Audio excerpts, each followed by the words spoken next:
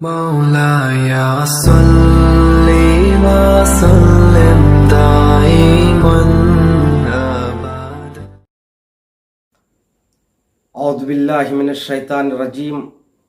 بسم اللہ الرحمن الرحیم. الحمد للہ الذی جعلنا من المتمسکین بولایت امیر المومنین علی بن ابی طالب علیہ الصلاۃ والسلام واولادہ الائمۃ المعصومین المتطہرین ولعنۃ اللہ علی اعدائہم اجمعین. اللہم والی من والاہ وعاد من عاداہ وانصر من نصرہ واخذل من خذلہ. فقد قال اللہ تعالی تبارک فی کتابہ الکریم وهو اصدق القائلین قولہ الحق. بسم اللہ الرحمن الرحیم. یا ایھا الرسول بلغ ما انزل الیک من ربک وَإِن لَمْ تَفْعَلْ فَمَا بَلَّغْتَ رِسَالَتَهُ وَاللَّهُ يَعْصِمُكَ مِنَ النَّاسِ. صلوات پڑھیں محمد وآل محمد کی شان میں. اللہم صلی علی محمد وآل محمد. ناظرین محترم، سب سے پہلے میں آپ تمام حضرات کی جانب سے نمائندگی کرتے ہوئے وارث غدیر امام قائم حضرت بقیت اللہ العظم روحی و ارواحنا لہ الفدا وعجل اللہ تعالی فرجہ الشریف کی خدمت پربرکت میں اس مبارک و مسعود موقع پر تبریک و تہنیت پیش کرتا ہوں، اور اس کے ساتھ ساتھ میں آپ تمام حضرات کی خدمت میں بھی ہدیہ تبریک و تہنیت پیش کرتا ہوں. عزیزان محترم، عید غدیر امت مسلمہ کے تمام عیدوں میں سب سے بڑی عید ہے. یہ میرا کہنا نہیں، کسی نے امام معصوم علیہ الصلاۃ والسلام سے سوال کیا کیا جمعہ اور عید الفطر اور عید الاضحیٰ کے علاوہ بھی کوئی عید ہے؟ تو آپ نے فرمایا ان تینوں سے بڑی عید عید غدیر ہے. یقیناً عید غدیر کو جس طرح سے ہمیں منانا چاہیے ہم اس کا حق ادا نہیں کر پا رہے ہیں، اس لیے کہ یہ عید اس قدر بڑی ہے کہ اس کا ایک نام ہے، اس عید کا یوم اللہ الاکبر، اللہ کے دنوں میں سب سے بڑا دن عید اللہ الاکبر، سب سے بڑی عید ہے. اس کے مختلف نام ہیں، قریب 50 نام یا 50 صفتیں اس عید کی روایتوں میں موجود ہیں.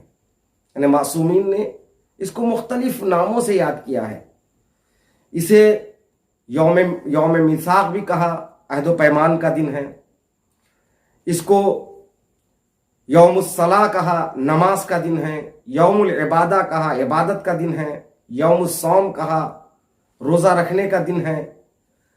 اور اسی طرح مختلف نام ہے. یوم الشاہد والمشہود، یوم الفرحہ، خوشی کا دن. یوم التبسم، تبسم یعنی مسکرانے کا دن. یوم الفرحہ، مسرت کا دن. یوم الاطعام، کھانا دینے کا یعنی اطعام کرنے کا دن ہے. اور اسی طرح یوم الانبیاء والاوصیاء، یہ انبیاء اور اوصیاء کی عید ہے. یوم عید الاہل البیت، یہ عید اہل بیت ہے. عید الشیعہ، یہ شیعوں کی عید ہے. اس کے مختلف نام ہیں. عید و اکمال الدین، دین کے مکمل ہونے کا دن ہے. یوم اتمام النعمہ، اس کا ایک نام اتمام نعمت کا دن ہے. یہ نہ جانے کتنے ایسے نام ہیں جو روایتوں میں یاد کیے گئے ہیں. تو عزیزان محترم، ان ناموں ہی سے اس عید کی عظمت کا پتہ چلتا ہے، یہ کس قدر بڑی عید ہے. واقعاً ہم ناانصافی کرتے ہیں اس عید کے ساتھ، اس لیے کہ